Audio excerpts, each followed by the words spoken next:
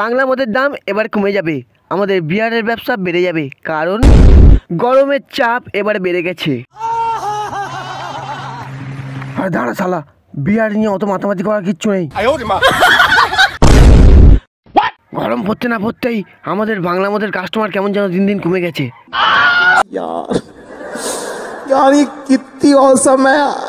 তাই আমাদের সকলের প্রিয় দেবদা আমাদের জন্য এক দারুণ বুদ্ধি নিয়ে এসছে। দেব আমাদেরকে বললো বাংলার মধ্যে বরফ মিশিয়ে বেচলে নাকি ব্যবসা বেড়ে যাবে।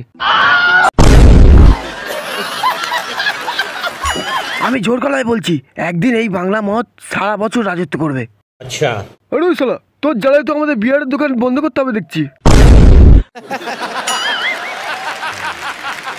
আরে শালা, তোর সমস্ত বরফগুলো আমার কাছে বেচে দে, আমি আমার বিয়ারের সাথে ওইগুলো মিশিয়ে আর বেচবো। বরফ বেচে দেবো মানে?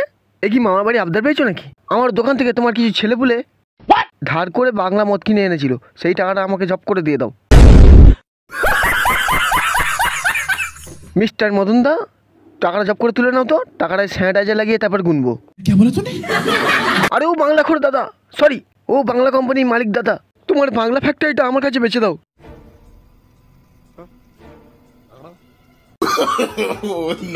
বেচে দেবো মানে? এ কি আলু না পটল যে আমার দোকানটাকে বেচে দেবো তোমার কাছে?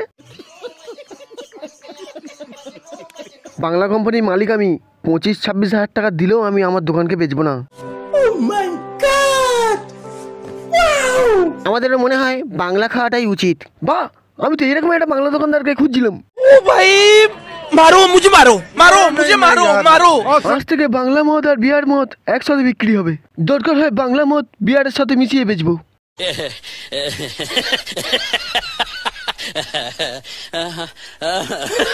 हाथ में दे दे हाथ तेरा लूं चूम चूम चूम बेबी शाकाला का